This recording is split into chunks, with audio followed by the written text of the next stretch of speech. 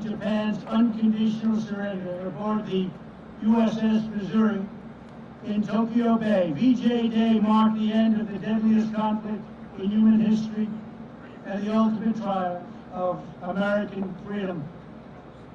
It was a big day. It was a great triumph of a great country, and our country is greater than ever before. That's what's happening, and that's what it is. We're a greater military than we've ever had before. We're deeply moved to be joined this afternoon by World War II veterans, all of whom I've met, all of whom are tough. I don't want to mess around with any of them, I'll tell you right now. Whose blood, sweat, grit, courage, and unfailing devotion made that epic victory possible. These brave Americans raced into the fires of hell to vanquish tyranny, dethrone fascism, and defend the American way of life. You've earned the eternal and undying gratitude of all Americans, and that's why I'm here today. I wanted to be with you. You know what I'm talking about, don't you? We had a good time a little while ago, right over at the Oval Office, Congressional Medal of Honor. We're privileged to be joined as well by veterans from every generation, including a number of wounded warriors. We stand in awe of your service. I can say that. So respect, so love. We are in awe. Joining us for this commemoration are Secretary David Bernhardt. Secretary, where's David? Thank you, David, very much for being here. A great senator, a real friend of mine, a tremendous senator, actually, and he works very, very hard, and he loves the people of North Carolina. Senator Tom Tillis. Tom, thank you very much. And some warriors, they're in Congress, and they're tough and they're smart. Representatives David Rouser, Ted Budd, and Dan Bishop. Thank you, fellas. They are tough. But you're not as tough as these guys, I'll tell you right now, right? You're not as tough as them. There's no better place to mark this profound World War II anniversary than right here in Wilmington, North Carolina. The people of this city and this state, and its incredible state, and I want to thank you for being so nice to me. You've been very nice. Very, very nice. Every time we've asked for something, but I've been nice to you also, I have to say that. But you made the extraordinary contributions to the war effort. That's North Carolina made this extraordinary contribution, and so many. Nearly 2 million American servicemen trained for combat in North Carolina, more than any other state. Wow, that's pretty good, isn't it, huh? Who would know that? 2 million trained, more than any state. Over 360,000 service members from your state fought in the Second World War. They battled on the cliffs of Normandy, over the skies of Africa, and in the deep waters of the Pacific. Over 11,000 North Carolina patriots fought the enemy until their very last breath. You know what that means, right? Think of that, 11,000 died in the war. We want to thank you, boy. And we have family members here, by the way. That's them saying hello. In Wilmington, more than 20,000 workers of the North Carolina Shipbuilding Company poured out every ounce of their strength to build an astonishing 243 ships for the U.S. Navy. And it was the citizens of Wilmington who came together to save a priceless artifact of American history, the glorious battleship behind me, the U.S.S. North Carolina. And that is some powerful and beautiful ship. I'm coming in. We have plenty of televisions on Air Force One, and they showed it in prime time in the 40s. And they showed that ship, and I'll tell you, they don't make, I shouldn't say this, they don't make them that way anymore. They really don't. What a beautiful ship. During World War II, this magnificent ship participated in many major naval offenses, and in the Pacific theater itself, including the Marshall Islands, Iwo Jima, and Okinawa, earning more battle stars than any other battleship. We're learning a lot today, right? That's pretty good. Why are you clapping? You come from West Virginia, huh? He loves West Virginia, so do I, right? But we're clapping anyway, right? You better believe it. Thank you. After the war, the people of Wilmington organized a massive campaign to save this beautiful ship from the scrapyard. They preserved it as a memorial to the gallant deeds of American sailors, a monument to the American workers that built it, and an enduring symbol of American greatness.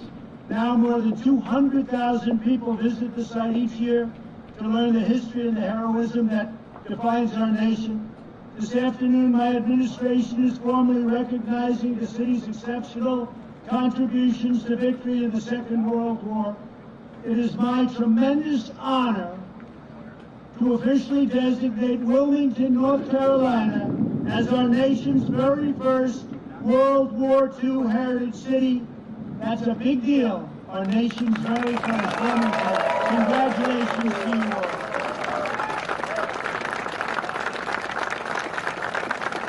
And God is saluting you up there, I tell you. We may have to go a little quicker than I thought, right? With this designation, we proudly declare that in America, we don't tear down the past, we celebrate our heroes, we cherish our heritage, we preserve our history, and we build the future. This mighty vessel and this magnificent town will forever tell that story with this designation. So I want to just congratulate North Carolina and Wilmington. That's a fantastic thing. I want to thank Senator Tillis and Congressman Rouser. Stand up, please, in between the lightning bolts, for their work to make this day possible. Thank you, Tom. Thank you, fellas. Great job. And let me also thank retired Navy Captain Wilbur Jones, who has championed the cause of World War II heritage cities. Wilbur, thank you. Thank you, Wilbur. Great job. Great job. So, Wilbur, you know a lot of people wanted this, right? So you are just a tough cookie. You got it. Number one in the nation. I want to thank Wilbur. That's great. I also want to recognize several of the heroes who saved American freedom. And I've known some of them since I've been in office. I've seen them. And there they are. Here today is my good friend who I just left, and he was in the Oval Office with me at the White House, Woody Williams. 75 years ago, Woody showed fearless courage as a Marine in the Battle of Iwo Jima. You are amazing. I promised him I would not tell that he's 97 years old, I promise. I'll tell you, he's 100% sharp. He's 100% sharp. I know a 78-year-old that's not so sharp, and he's 97, and he's 100%, because it has nothing to do with that. 78's young. Depends who's 78, that's all. He's 97. I said, man, you are something. And physically in great shape. He braved a torrent of hostile fire while destroying one enemy machine gun position after another, knocked them out one after one for his daring actions. President Truman, think of that, awarded Woody the Congressional Medal of Honor, the highest in our land. Woody, congratulations. You inspire us all. It was great to have you on Air Force One. I had promised him, you know, maybe 2 years ago, I said, I'll take you on Air Force One. He came up. He's very aggressive. He said, I'd like to fly on Air Force One. I said, I'll do it. And today we did it, right? We got it done. Thanks, Woody. Great job.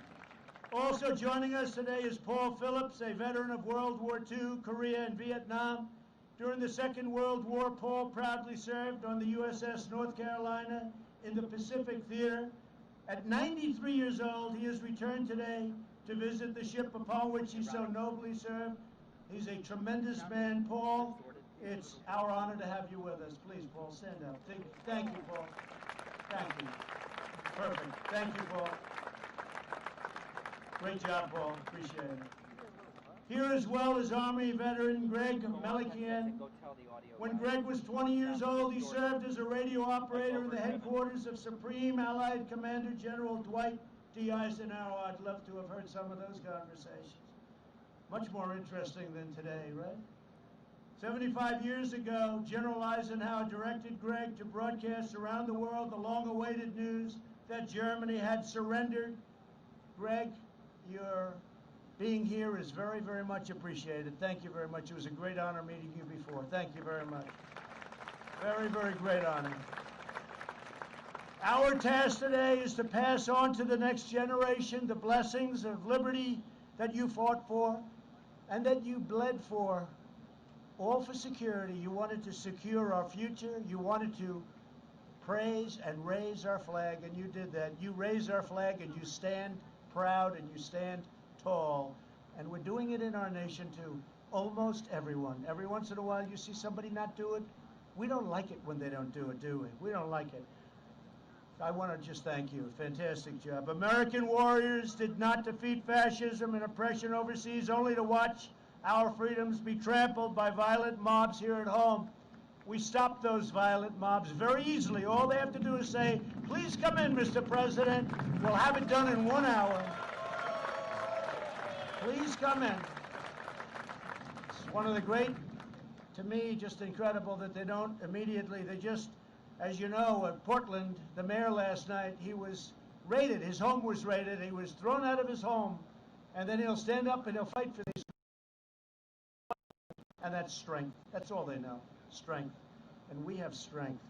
For the sake of all Americans, we must uphold the rule of law and defend the American dream for every child in our land. We must teach our children that America is the land of heroes like you. You're heroes. You know that, right, Woody? You're heroes. You're great, great men. Great men. Better believe it. We're not ashamed in America. We're not ashamed of anything. I signed a very important edict recently. 3 months ago, they were ripping down statues. I said, you can rip them down, but you're going to serve 10 years in jail if you do.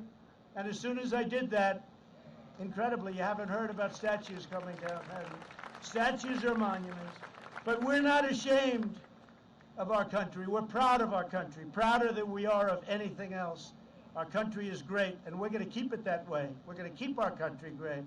Together, we will remember America's towering victories.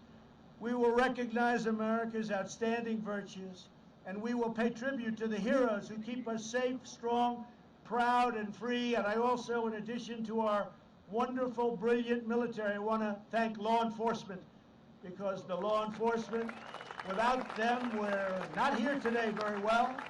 They've done an incredible job, really an incredible job. And thank you again to the World War II veterans in attendance today. This is such a great tribute to North Carolina.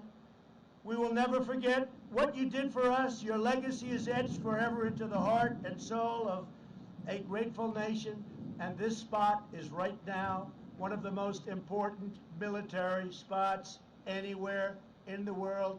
Congratulations to everybody, and thank you for making it come true. Thank you all very much. God bless you. God bless North Carolina, and God bless America. Thank you all very much. Thank you.